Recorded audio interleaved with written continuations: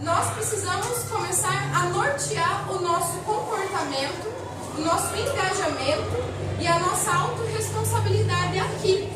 Porque como nós já estávamos vendo na aula passada, a educação é um direito fundamental de todos. Isso foi previsto na Constituição. Vocês até colocaram o artigo no caderno, artigo 205. Então, aqui no artigo vocês vão ver que o Estado e a família diretamente precisam promover e incentivar, com a colaboração da comunidade, da sociedade, o desenvolvimento da pessoa, certo? Seu preparo para o exercício da cidadania e também para a qualificação ao trabalho.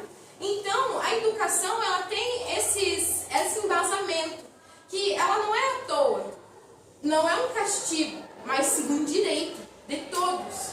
Então, o Estado, assim como a família de vocês, são os responsáveis diretos por fazer a educação funcionar. Assim como a sociedade que precisa colaborar, incentivando, promovendo o estudo, né, a transmissão e a troca de saberes e conhecimentos. Como a gente falou, a Constituição Federal é o nosso pilar, é o norte de todas as outras legislações. O artigo de lei número 4 do ECA é o primeiro que diretamente também vai falar sobre alguns direitos da criança e do adolescente.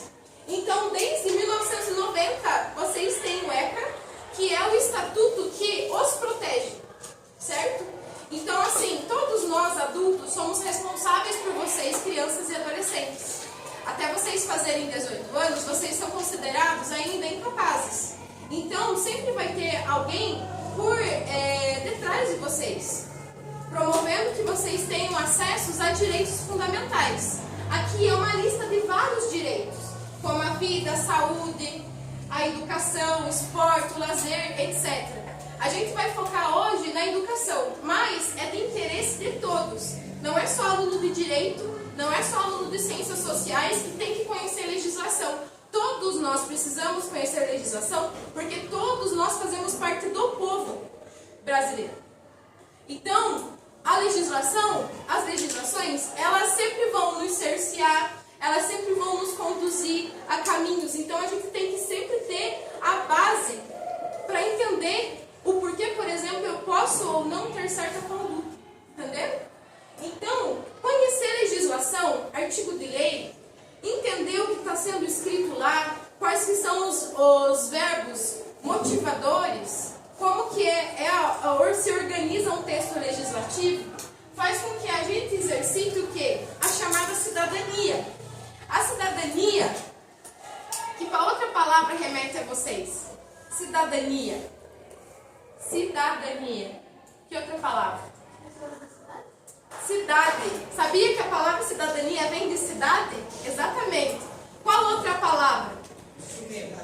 Cidadão. Exatamente. Então, assim, o exercício da cidadania é a desenvoltura que você precisa ter para você entender o teu papel na sociedade. Quem é você? Que espaço você ocupa? Quais são as suas ações dentro dela? Então, a cidadania, ela está envolvida no Estado-nação, no caso aqui o Brasil, certo? Também fala dos direitos e dos deveres. Vocês conhecendo seus direitos, vocês conseguem reivindicá-los, vocês conseguem garantir eles. Ao mesmo tempo que conhecendo seus deveres, vocês não atingem o direito do próximo. Porque esse que é o problema. Porque uma turma indisciplinada, ela está atingindo o direito do próximo. A participação na vida pública. Um dia vocês vão ser eleitores. Um dia vocês vão fazer acordos, contratos judiciais. E aí? Como que vocês se portam? Como que vocês articulam a vida cívica, a vida lá fora? Então, a escola, ela serve como essa base. E a escola, ela só funciona se ela for crítica, se ela for reflexiva.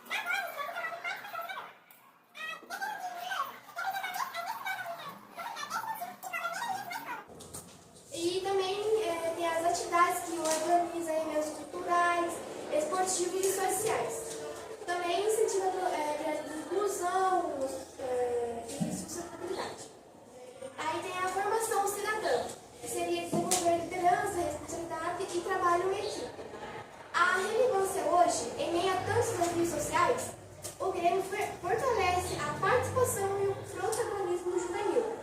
E, para concluir, continua sendo um espaço de voz, opinião e participação dentro da escola. Para resumir tudo isso, o Grêmio é uma entidade autônoma formada pelos estudantes com o objetivo de representar seus interesses na escola. Como a professora Kathleen falou sobre a cidadania, o Grêmio também é fundamental porque ele promove a participação ativa de nós jovens e na tomada de decisões escolares, a defesa dos seus direitos. Porém, quando a gente fala de direitos, a gente também tem os nossos deveres, como a professora Kathleen também falou. Então, assim, não queira só apenas o direito de vocês, mas também cumpram o dever de vocês de serem responsáveis, de serem disciplinados, de terem respeito ao próximo e aos professores. O Grêmio também ajuda muito a gente no desenvolvimento da liderança, porque você tem que liderar um grupo para que ele seja bem organizado. Também a participação democrática, porque nós temos que debater ideias e construir soluções juntos. E também respeito à diversidade, cor, raça, gênero, religião, etnia. Eu acho que é isso, um pouco resumido o que é o Grêmio. Esse é o Grêmio Estudantil. Então, estão transformando o mundo ao seu redor. A gente pensa em transformação de mundo, acha que é o mundo todo. Começa assim, um trabalho de formiguinha, igual a gente fala. Uma pessoa, depois outra, depois outra. Isso que é transformação do mundo. Isso daqui é um exemplo de cidadania dentro da nossa escola. Foi uma notícia muito legal que aconteceu essa semana, né? A definição da classificação para a etapa final do projeto Geração Atitude, que o professor Carlão vai falar sobre o que se dá, né? E também como foi essa experiência com os envolvidos. Boa tarde, gente. Boa tarde. Então, esse projeto Geração Atitude é um projeto que foi elaborado por um estudante. Foi aprovado na Assembleia Legislativa e de lá para cá, então, os estudantes vêm participando do projeto. Aonde a ideia eles fizeram o quê? Eles escolheram alguns colégios aqui no núcleo regional de Ponta Grossa e dentre eles está o Colégio Estadual de Vanderlei. No núcleo regional de Ponta Grossa, seriam selecionados dois projetos. E se não me falha a memória, eram 11 escolas as quais nós estávamos concorrendo. Então veja, são 111 escolas em todo o núcleo. Das 111, foi escolhido 11. Dentre essas 11 estávamos nós. E aí, sentei com alguns alunos, estávamos conversando, veio aqui o Ministério Público na escola, fez uma palestra, nós estudamos uma cartilha onde estavam todos os direitos e deveres do cidadão, e aí alguns alunos resolveram participar desse programa, que era fazendo um projeto de lei. E aí veja, eram 2 vagas no nosso núcleo. O Colégio Estadual Júlia Vanderlei levou as 2 vagas. Uma das autoras do projeto de lei está aqui, a Isabelle, que fez o projeto de higiene bucal. O que ela percebeu?